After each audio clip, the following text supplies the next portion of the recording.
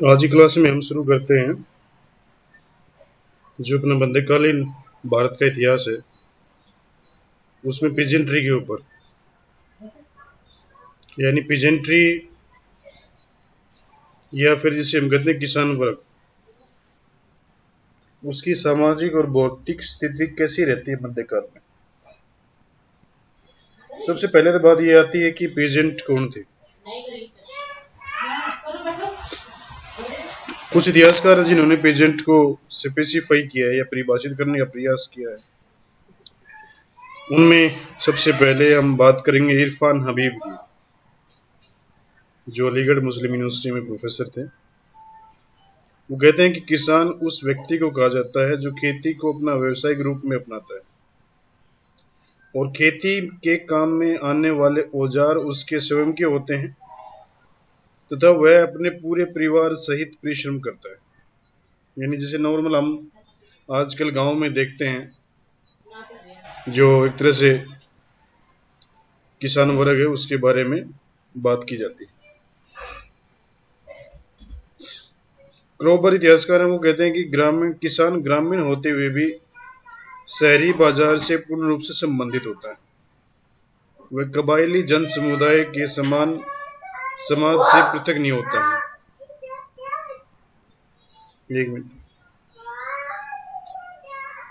एक बार यार ना दवाई दुई दे दो,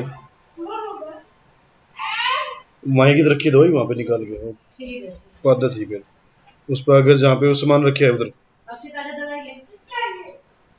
ये किसकी दवाई थी? ये माई की है।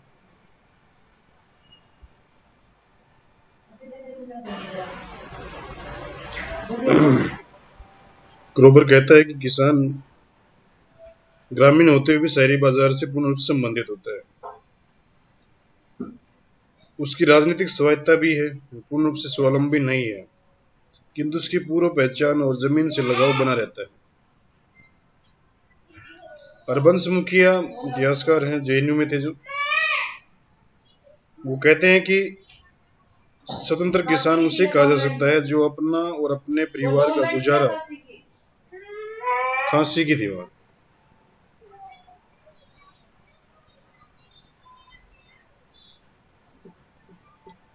जो अपना और अपने परिवार का गुजारा अपने परिश्रम और संसाधनों से करता है तथा उत्पादन एवं परिश्रम के लिए वह अपने परिश्रम को किसी और के यहाँ या किसी और के उत्पादन के लिए प्रयुक्त नहीं करता है।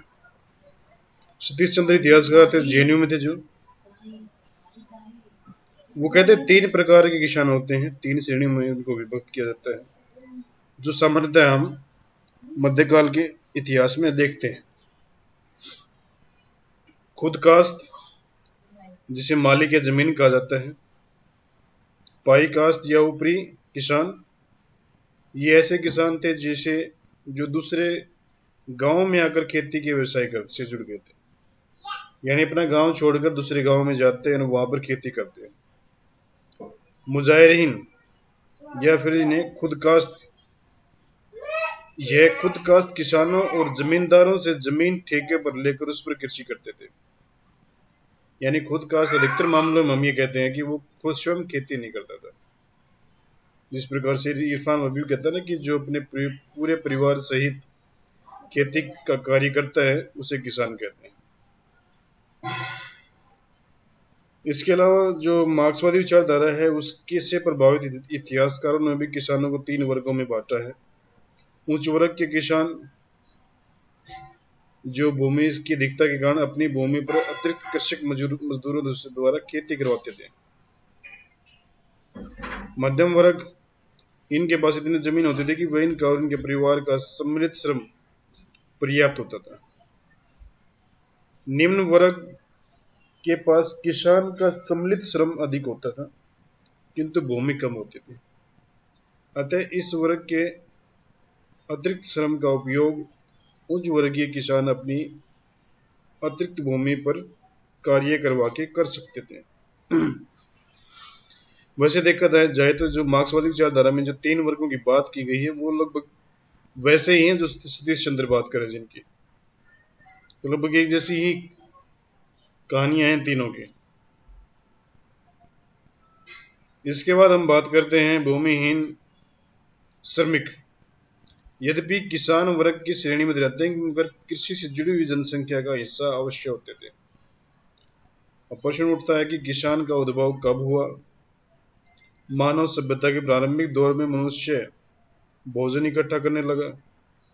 तत्पश्चात तत्पश्चात शिकार की ओर प्रवृत्त हुआ और अंत में जाकर उसका जुड़ाव, खासकर हम कहते हैं जो नवपाषाण काल है, उस समय पर उसका प्रभाव हमें एक तरह से किसान का उद्भव का समय देखने को मिलता है। यानी किसान का जो उद्भव हुआ है वो नवपाषाण काल के दौरान हमें देखने को मिलता है। फिर हम बात करते हैं कि भाई जिस तरह से सिंधु घाटी सभ्यता के दौरान कृषि में क्रांति आई, इस कृषि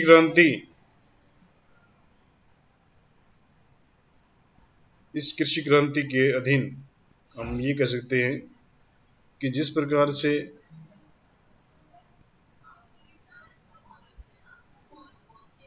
क्योंकि जब भी कोई सभ्यता विकसित होती है, खासकर शहरी सभ्यता, तो उसके पीछे उसकी सबसे बड़ी जो कहते हैं ना कि हम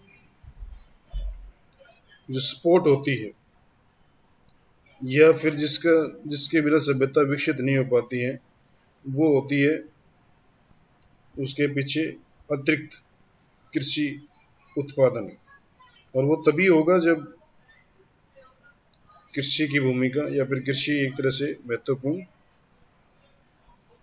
अवस्था में पहुंची हुई हो।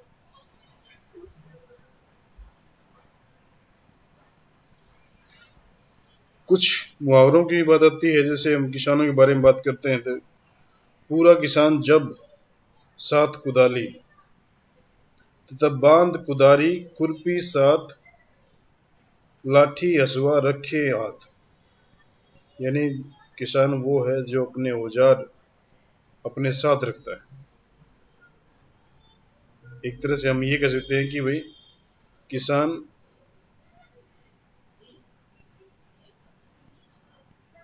वो है जो अपने औजार हमेशा अपने साथ रखता है। जैसा शुरुआत में हमने इरफान हबीब के पास इरफान हबीब के साथ हमने ये चीज पढ़ी थी।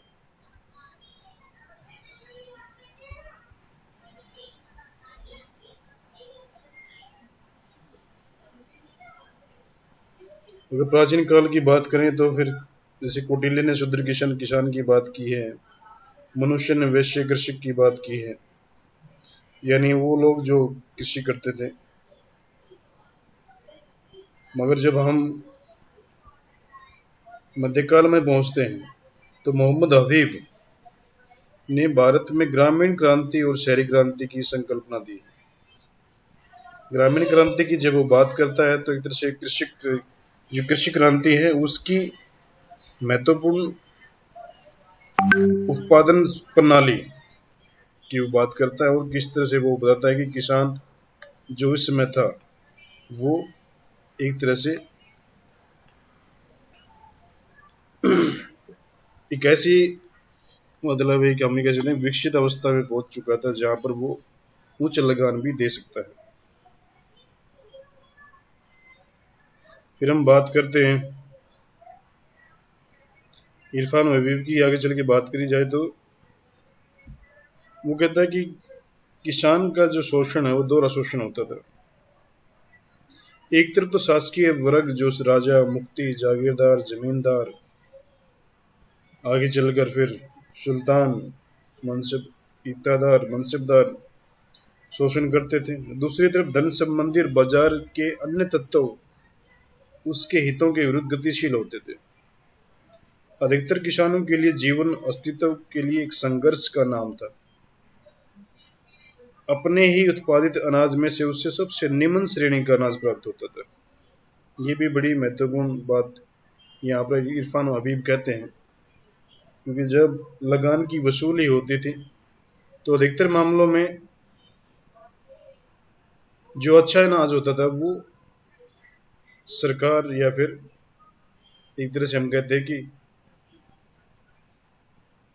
जो लगान अधिकारी होते थे वो अच्छा अनाज ले जाते थे, और कम क्वालिटी का अनाज या फिर एक तरह से निम्न स्तर का जो अनाज होता था वो वही किसान के पास रह पाता था। जहांगीर के शासनकाल में डच यात्री आते हैं पेलसार्ट। वो कहते हैं कि साधारण व्यक्ति अपना जीवन अत्यधिक निर्धनता में व्यतीत करता था। ये साधारण व्यक्ति कोई और नहीं, किसान ही होता था। उसका खान पान और रहने का स्तर अत्यंत निम्न कोटि का था। भीमसेन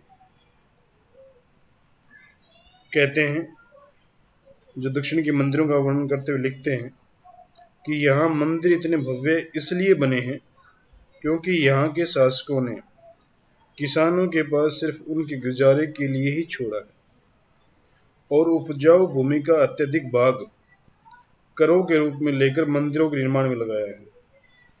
ये भी जब मध्यकाल में हम मंदिरों के निर्माण की बात करते हैं तो उसमें भी बहुत सारा लगान, क्योंकि अधिकतर जो मंदिर थे वो राजाओं के संरक्षण में निर्मित होते थे, राजा द्वारा ही होते थे एक तरह से। तो राजा अपने पैसे थोड़ा लगाएगा, वो तो सरकार यानी राज्य के पैसे लगाता है, और अगर जरूरत ज्यादा है तो लगान बढ़ा देंगे। उनके पास और कोई ना कोई इनकम टैक्स होता था, ना कोई और प्रकार के टैक्स होते थे जैसे आज सरकार के पास होते हैं। तो एक ही वसूली का माध्यम था लगान, उसको बढ़ा दिया करते थे।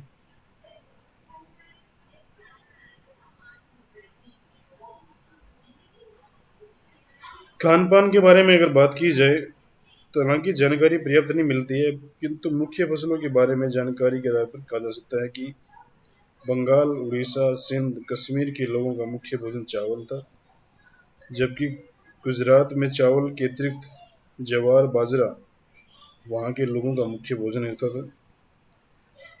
लेकिन साधारणतः हर प्रांत के किसान को उसकी उपज के निम्नतम श्रेणी का अनाज ही उसके भोजन के लिए उपलब्ध होता था।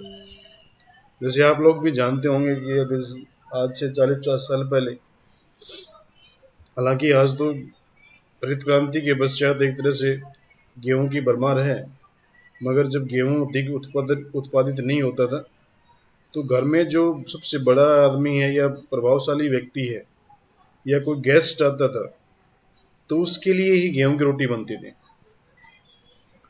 अन्यथा अधिकतर मामलों में उनको ज्वार या बाजरे की रोटी ही खानी पड़ती थी सभी लोगों को। यानी जो एक तरह से हम कह सकते हैं कि जो लोग प्रभावशाली थे, चाहे वो अपने पद के हिसाब से थे हर परिवार में, यानी जो बड़ा आदमी है, या फिर कोई गेस्ट है, बटेऊ जिस तरह से हम हरियाणवी भाषा में बात करते हैं, वो आया है, कोई और दूसरा मेहमान आया है, तो उसके लिए ही गेहूं की रोटी बनती थी।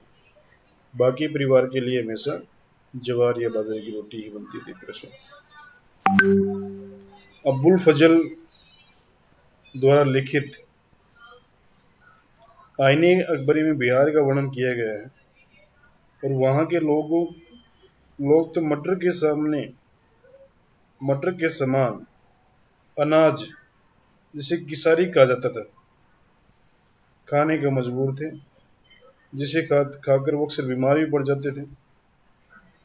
इसी प्रकार यूसुफ मीरक ने 17वीं शताब्दी में लिखा है कि सिंध के किसानों को जंगली घास के बीज, जो स्थानीय भाषा में डेर कहलाते थे, साल में कई महीने तक खाने पड़ते थे, और इसी प्रकार लगभग उनकी स्थिति अन्य प्रांतों के किसानों की भी लगभग ऐसी कंडीशन होती थी।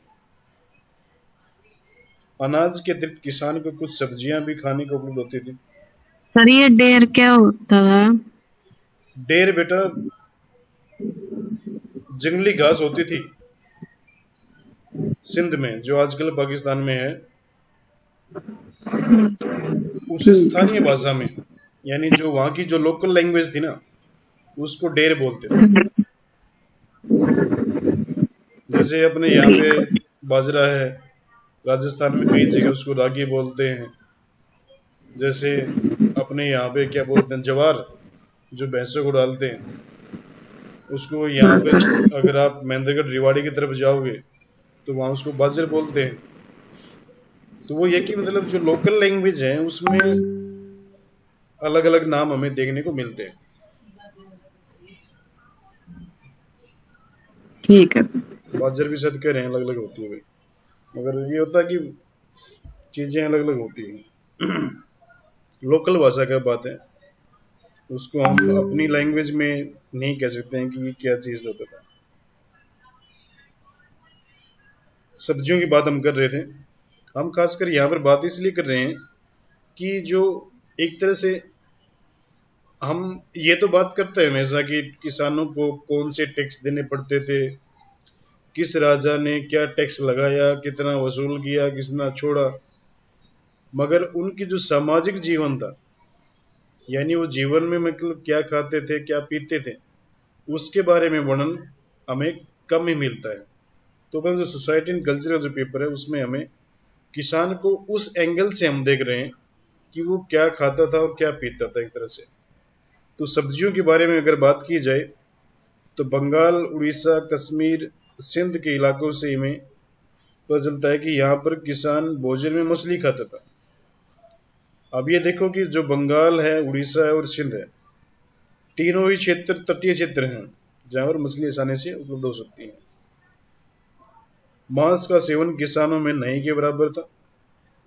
घी का प्रयोग अधिकतर प्रांतों के किसान करते थे, किंतु आसाम के लोग घी से परिचित नहीं थे और कश्मीर में भी घी का प्रयोग बहुत कम होता था। ट्रेवनियर एक यूरोपियन यात्री था जो भारत में आता है। वो कहता है कि छोटे छोटे गांव में मिठाई मिलती थी। गुड़ के सेवन का प्राय चलन था, यानी नॉर्मली हमेशा गुड़ का सेवन लोग करते थे। नमक बंगाल में बहुत महंगा था। बंगाल के कुछ हिस्सों तथा असम के लोग केले के छाल से नमक जैसे पदार्थ निकालकर उसका प्रयोग नमक के रूप में करते थे। लाल मिर्च की लोगों को जानकारी नहीं थी। कुछ मसाले जैसे जीरा, धनिया, अदरक इत्यादि का प्रयोग साधारण किसान करते थे, किंतु लौंग, इलायची, काली मिर्च महंगी होने की वजह से उनकी पहुंच से बाहर थी। मौसमी फलों का सेवन भी किसान करते थे। किसान पान खाते थे या नहीं, इस बारे में सूचना उपलब्ध नहीं है। मद्यपान की जानकारी हमें प्राप्त है। अफीम की प्रयोग अत्यधिक मात्रा में किया जाता था। 17वीं शताब्दी के अंत तक तंबाकू का सेवन भी अधिक मात्रा में होने लगा। फ्रायर एक विदेशी यात्री था जो भारत में आया। उसने अपनी यात्रा वृत्तांत में लिखा है कि भारत के लोग हुक्के का प्रयोग करते थे, यानी वो हुक्के का प्रयोग का वर्णन अपनी यात्रा में करता है या अपनी वृत्तांत में करता है।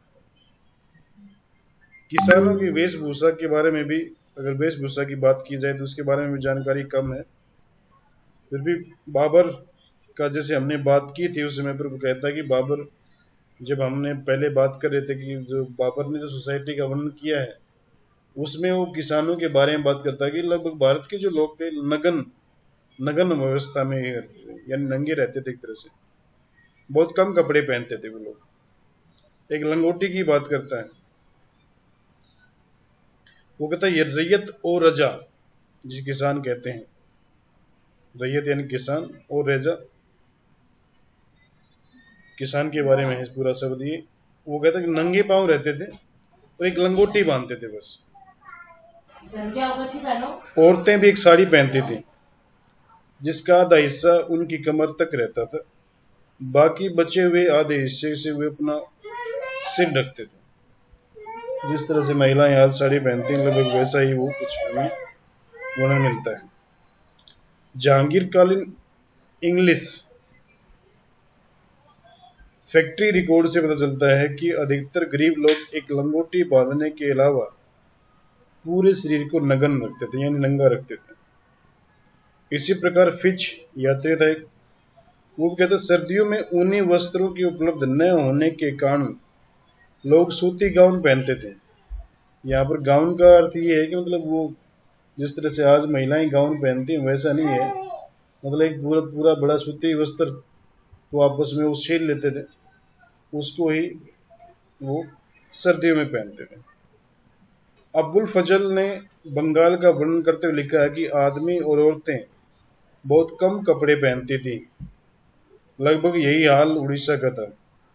यानी अबुल फजल अकबर के समय में है और 1526 से लेकर के 1500 अगर 80 के आसपास अगर ये आईन अकबरी की लेखन हुआ है तो लगभग ये लगा लो कि भाई 55-60 सालों के बीच में कोई ज्यादा बदलाव हमें देखने को नहीं मिलता है। हालांकि उसमें बदलाव भी बहुत बहुत ही एक तरह से हम ये कह सकते हैं कि लंबे समय में होते थे। कश्मीर में औरतें और आदमी सिर्फ एक गाउन जो गर्म होता था पहनते थे, इसे वहां पट्टू कहा जाता था। अक्षित है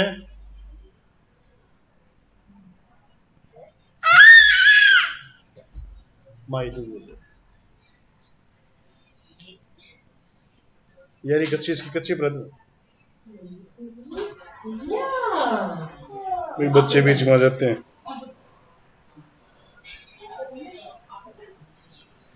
कश्मीर में आदमी और औरतें सिर्फ एक गाउन पहनती थी जो गर्म होता था, वहां इसे पट्टू कहा जाता था।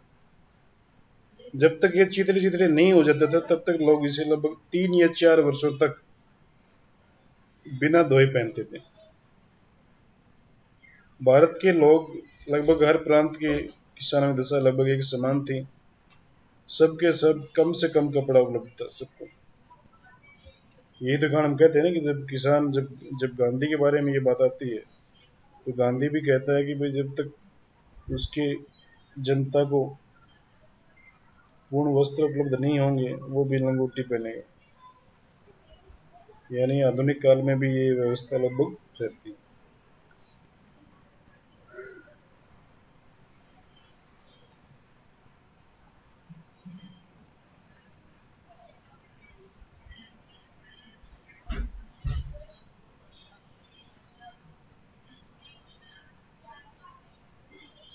जब आवास की बात आती है तो यूरोपीय यात्रियों ने लिखा है कि उनकी झोपड़ियां घास फूस से बनी होती थी। ये झोपड़ियां बांसों को गाड़ कर, यानी बांस जो होती है उसको गाड़ कर बनाई जाती थी। कई स्थानों पर मकानों की छतें मिट्टी की टाइल से बनी होती थी। टाइल्स अपनी ऐसी नहीं है जैसे आजकल हम दुकान पे जाते हैं पत्थर की टाइल्स या फिर रंग बिरंगी टाइल होती, वैसी टाइल नहीं होती थी। कच्ची मिट्टी की जो ईंटें होती थी लगभग उनसे छत दी जाती थी। कई बार कई स्थानों पर मकान लकड़ी के और सरकंडों के बनाए जाते थे। ऐसे मकानों को बड़ी आसानी से एक स्थान से दूसरे स्थान पर लेकर जाया जा सकता था। अजमेर प्रांत में झोपड़ियां टेंट के आकार की बांस से निर्मित होती थी। गुजरात में घरों की छतें खपरेल की होती थी और घर ईंट और चूना से बने होते थे, चून से बने होते थे।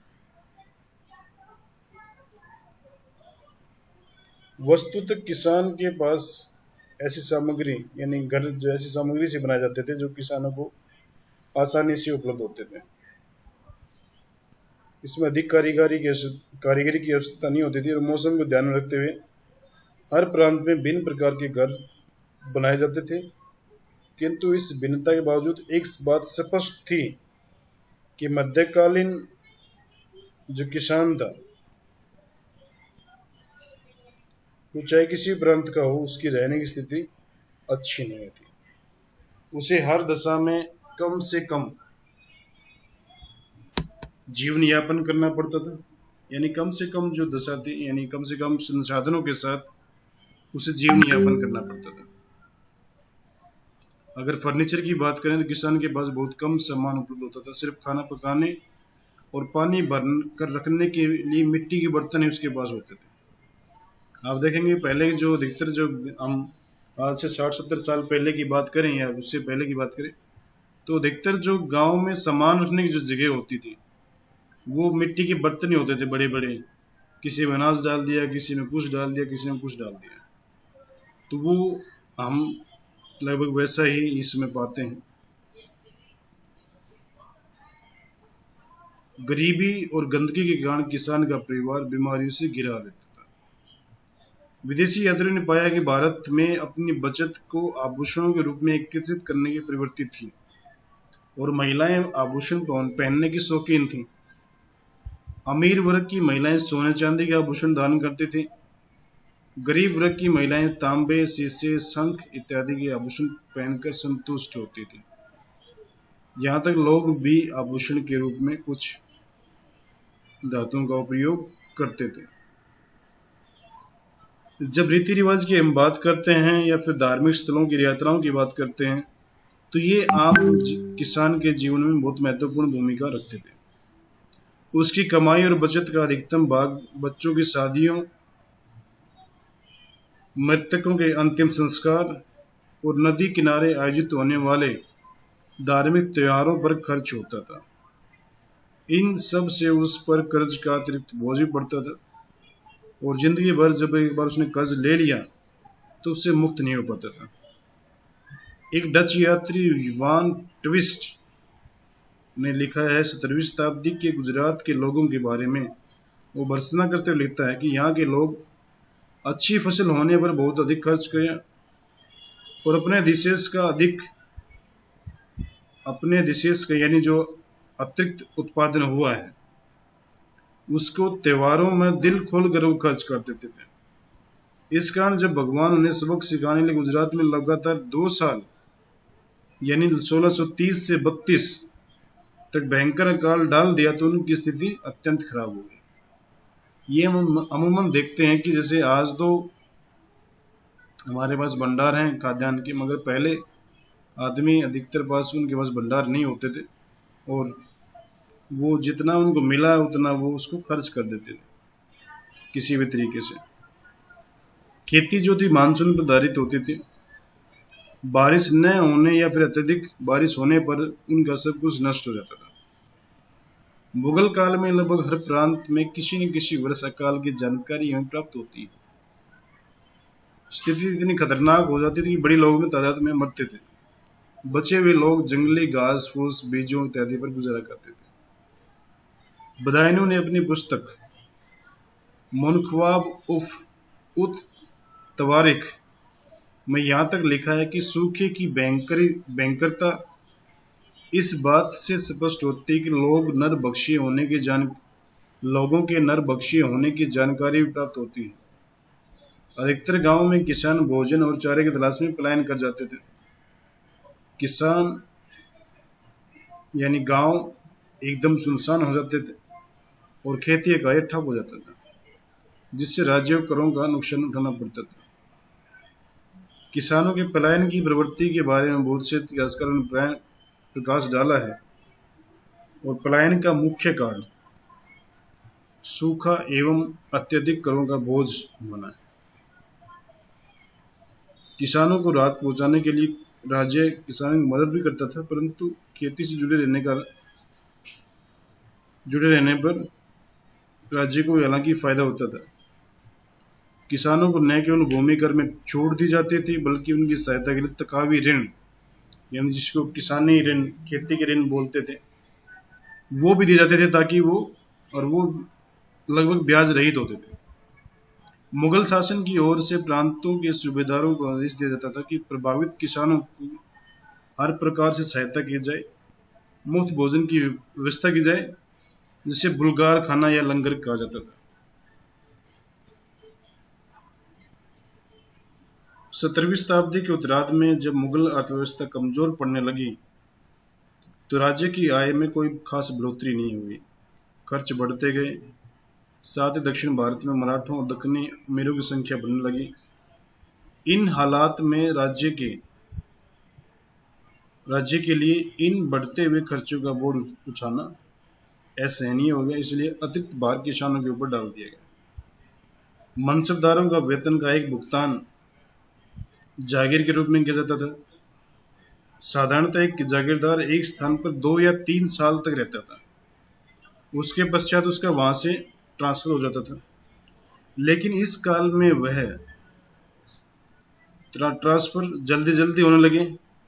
इस कारण अनिश्चितता की स्थिति में जागीरदार इस कोशिश में रहता था कि जागीर से शीघ्र अतिशीघ्र अधिकतम कर वसूल ले, जिससे किसानों का शोषण चरम सीमा पर होने लगा और फलस्वरूप हमें किसान विद्रोह देखने को मिलते हैं। जैसे कुछ प्रमुख जो विद्रोह थे, सिख विद्रोह, जाट विद्रोह, सतनामी विद्रोह। इन विद्रोह में जमींदार किसानों का साथ देते थे, क्योंकि उनका स्थायी हित किसानों के साथ ही जुड़ा होता था। तो ये एक तरह से पीजेंट्री के ऊपर बात थी कि पीजेंट्री किस प्रकार से, यानी उनका जो जीवन था, उनका सामाजिक जीवन किस प्रकार से वो लोग एक तरह से जीवन यापन करते थे, क्या चीज़ खाते थे, क्या पहनते थे, त्योहार कैसे सेलिब्रेट करते थे, अकाल में उनकी कंडीशन कैसे होती थी। तो इस बारे में हमने जाना। इसमें आपको कोई समस्या हो तो उसके बारे में हम अभी बात कर सकते हैं।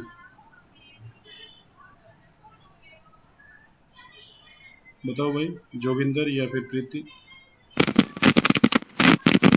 ठीक है सर,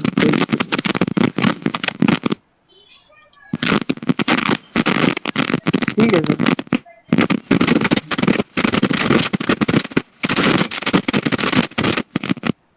प्रीति, हाँ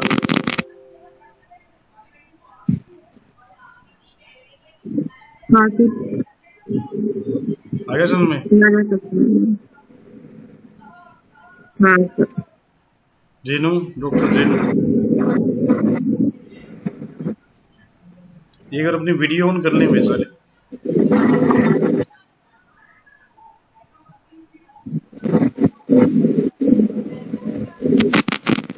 अमन, वीडियो ऑन करो भाई, बताओ समझ में आया कि नहीं आया?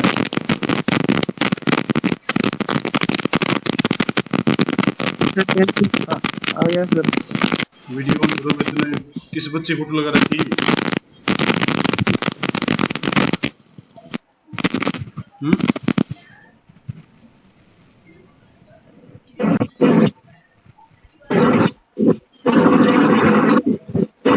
चलो ठीक है भाई, फिर कल मिलते हैं फिर।